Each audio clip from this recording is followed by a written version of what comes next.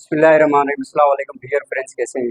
आज का हमारा लेक्चर पाकिस्तान कॉन्स्टिट्यूशन के हवाले से आर्टिकल 10 को हम ब्रीफली डिस्कस करेंगे, जिसमें हम देखेंगे कि अगर किसी बंदे को पुलिस गिरफ्तार कर लेती है तो उसके कौन कौन से राइट हैं और पुलिस उसे कितने टाइम में मजिस्ट्रेट के पास ले आएगी। उसी हवाले से अगर बात करें इसकी क्लास 1 की, आर्टिकल 10 के क्लास 1 की बात करें तो जिस बंदे को पुलिस ने अरेस्ट किया है तो उसे ग्राउंड्स बताएगी कि किस ग्राउंड के बेसिस पे उसे पुलिस ने अरेस्ट किया है, और वो अपने वकील के साथ कंसल्ट भी कर सकता है जिससे वो अपना डिफेंड कर सके।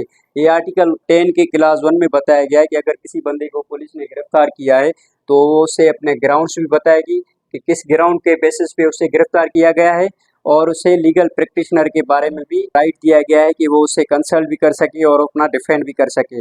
और उसी क्लास के आर्टिकल 10 के क्लास 2 में ये बताया गया है कि उससे 24 घंटों के अंदर अंदर नियर मजिस्ट्रेट के पास से प्रोड्यूस करना पड़ेगा। मतलब जिस बंदे को पुलिस ने गिरफ्तार किया है तो 24 घंटों के अंदर अंदर उसी बंदे को नियर मजिस्ट्रेट के पास प्रोड्यूस करेंगे, और उसी 24 घंटों के टाइम में वो टाइम एक्सक्लूड किया जाएगा जो journey from the place of arrest to the court, और जो टाइम लगा जर्नी सफ़र का जो टाइम लगा जहां से पुलिस ने उसे अरेस्ट किया और मजिस्ट्रेट के पास लेके आए, जो टाइम बीच वाला लगा वो उसमें काउंट नहीं किया जाएगा इस 24 घंटों में। और इसी हवाले से क्लास 2 में एक एक्सेप्शन भी दी गई है कि अगर कोई स्पेशल ऑर्डर मजिस्ट्रेट का मिला हुआ है कि इसी बंदे को मजीद आप 24 घंटों के अलावा रख सकते हैं, जैसे 167 सीआरपीसी के तहत रिमांड होता है कि जिसमें पुलिस वाले मजिस्ट्रेट से रिमांड की रिक्वेस्ट करते हैं कि हम इस बंदे को मजीद रखना चाहते हैं क्योंकि हमारी इन्वेस्टिगेशन पूरी नहीं हुई, तो वो उसी बंदे को पुलिस वाले मजीद 24 घंटों के अलावा मजीद भी रख सकते हैं, वरना मजीद नहीं रख सकते। 24 घंटों के अंदर अंदर पुलिस है उसी बंदे को नियर मजिस्ट्रेट के पास लेके जाएगी। आर्टिकल 10 का क्लास 3 बताता है कि shall not apply class 1 and 2 on preventive detention.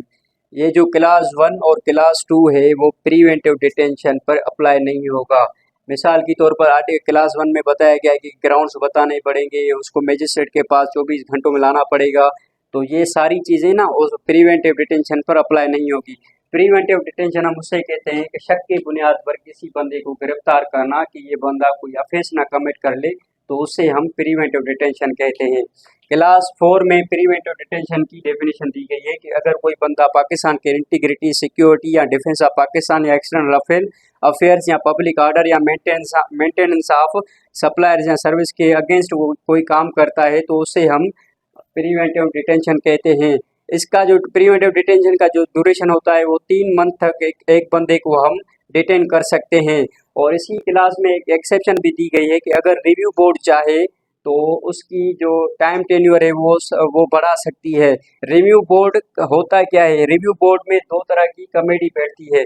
अगर फेडरल लॉ की कमेटी देखें तो उसका चेयरमैन होता है चीफ जस्टिस ऑफ पाकिस्तान, और 2 जजेस होते हैं, वो या तो सुप्रीम कोर्ट के जज होते हैं या तो हाई कोर्ट के जजेस होते हैं। और प्रोविंशियल लेवल पे देखें तो रिव्यू बोर्ड में भी 3 मेंबर होते हैं। एक चेयरमैन होता है जो हाई कोर्ट का जज होता है, और 2 जजेस हाई कोर्ट के होते हैं।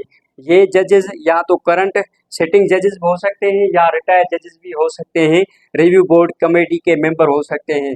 और इनका जो फैसला होगा वो मेजॉरिटी लेवल पे होगा। अगर 2 बंदों ने ये फैसला किया कि किसी बंदे को 3 मंथ से मजीद रख लें तो उन्हीं का फैसला माना जाएगा। और रिव्यू बोर्ड ही होगी कि क्लास 8 में ये बताया गया है कि रिव्यू बोर्ड जिस बंदे को प्रिवेंटिव डिटेन किया गया है उसकी जगह भी मुकर्रर करेगी और उसी फैमिली के लिए अलाउंस भी फिक्स करेगी।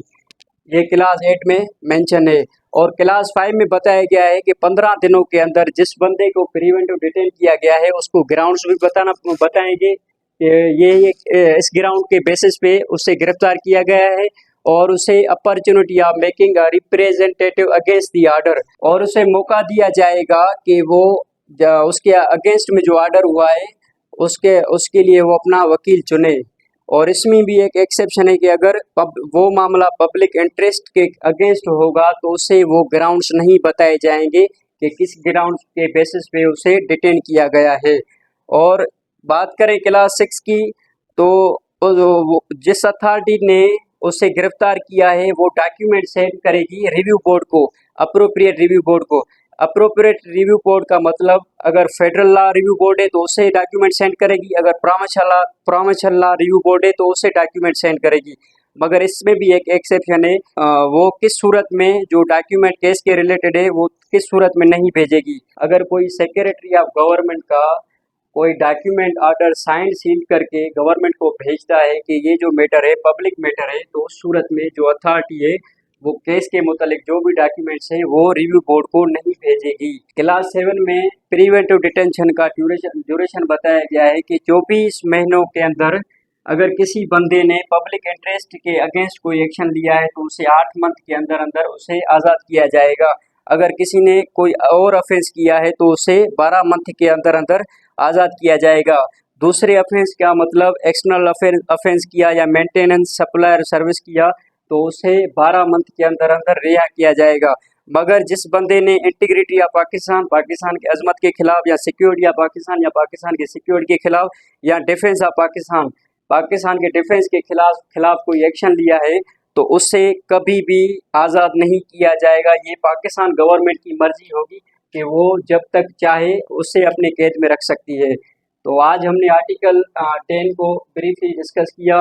मजीद वीडियो के लिए हमारे साथ जुड़े रहिए। अगर इस हवाले से आपका कोई क्वेश्चन हो तो आप मुझसे कमेंट सेक्शन में पूछ सकते हैं। Thank you.